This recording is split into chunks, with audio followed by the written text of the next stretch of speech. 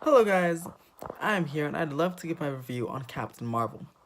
I just saw this movie last night and I know there's some backlash from fans and backlash from Rotten Tomatoes and especially from comments from what Brie Larson said, but I definitely recommend you see this film. It was wonderful. I had a blast watching it.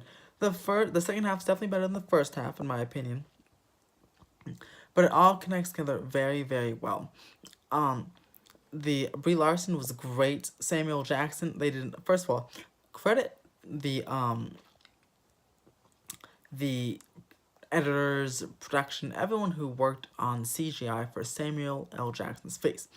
Sam Jackson, CGI de-aged face looks brilliant. It looks like that's how he looks like in real life. So thank you or amazing job for the editing and team, the CGI team for who did all the work on that. And Samuel Jackson was a big part in the movie, of course. Very very he was very into it and he did very, very well. Basic plot of the movie is Captain Marvel or Carol Danvers is a Kree, member of the Kree. Most part of the movie is finding out her backstory, like how she suffered this crash and she forgot her memory. So the the she's trying to figure out how she got like what happened in her past life. She recognized some people from Earth. She realized, oh, she's been to Earth before, or as they call it, R53. And she's been on a mission on Earth, and the whole movie basically slowly but surely uncovers that past on Earth. And that and then she realizes that the the scrolls and the Kree, the scrolls are looking for something.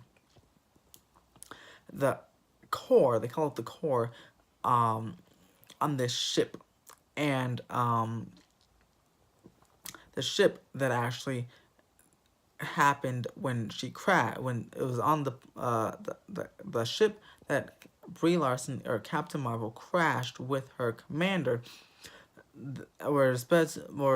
was led to believe that's where the core was that everyone was looking for to build, and the plans to build a light speed weapon that can speed everybody home.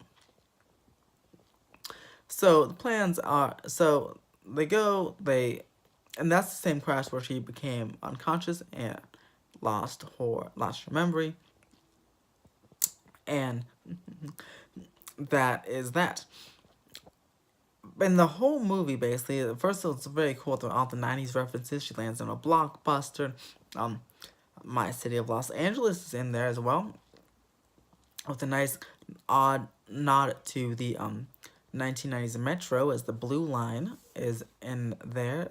Old Blue Line train, if you're wondering where that is, it's in downtown. It's still operating. They have much newer trains, obviously, now, but that is in downtown. They go to 17 Metro Center. It's pretty awesome if you're a LA fan or urban planning fan like I am, especially of Los Angeles. And the cat, Goose, the furloin, who really has a whole bunch of tentacles and he attacks some people. He's really, really cool. Spoiler alert, the core is actually, well, what Captain Marvel's commander called it was the Tesseract, and I really like that. I liked how it is bringing things full circle. You know, the Tesseract, obviously the first, which contains the first Infinity Stone. Um,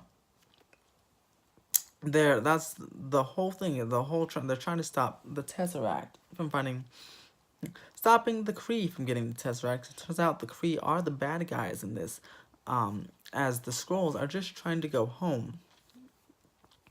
And then in the end, of course, Captain Marvel saves the day. Skrulls gets to go home back to their planet. Kree back off. Ronan the Accuser is working with Jude Law's character. He comes in, and then Captain Marvel kills his entire army of ships. Then he backs off, and then Samuel Jackson, or Carol Danvers, tells Nick Fury to hide the Tesseract, keep it safe on Earth where no one can find it. So he gives it to Goose, and Goose swallows it up and keeps it in there because no one can find it, right? Movie ends, everything's good. Now there's 2 post-credit scenes. These 2 post-credit scenes are great. The second one's cute, and the first one is great. First one is like they shot it right off. Basically, it's like they took a clip from the Avengers Endgame and put it at the end of Infinity War, or Captain Marvel. In fact, I wouldn't be surprised if I see that same clip in Endgame next month. What happens is, we have somehow Captain America and Natasha, they find the beeper, Nick Fury's beeper, that's calling Captain Marvel. They're trying to decode what it says. Eventually, the beeper goes blank, and that's because Captain Marvel answers the call. They turn around, and then Captain Marvel standing right there saying, "Where's Fury?" Then it ends. Some more credits go ahead. Second post-credit scene is Goose. It starts off in an empty Nick Fury's office, still back in the 1990s. And the Goose comes up, and he's coughing up a hairball. He's coughing up something up. Gonna be a hairball, and it turns out he coughs up the Tesseract, the core, and then it just ends. But very interesting to set up to Avengers Endgame there. I'm very excited for next month, April 26th, for Avengers Endgame. Let me know in the comments, guys, what did you guys think about Captain Marvel? Have you seen it? Do you want to see it? What do you think about Avengers Endgame next month? Sorry. Let me know.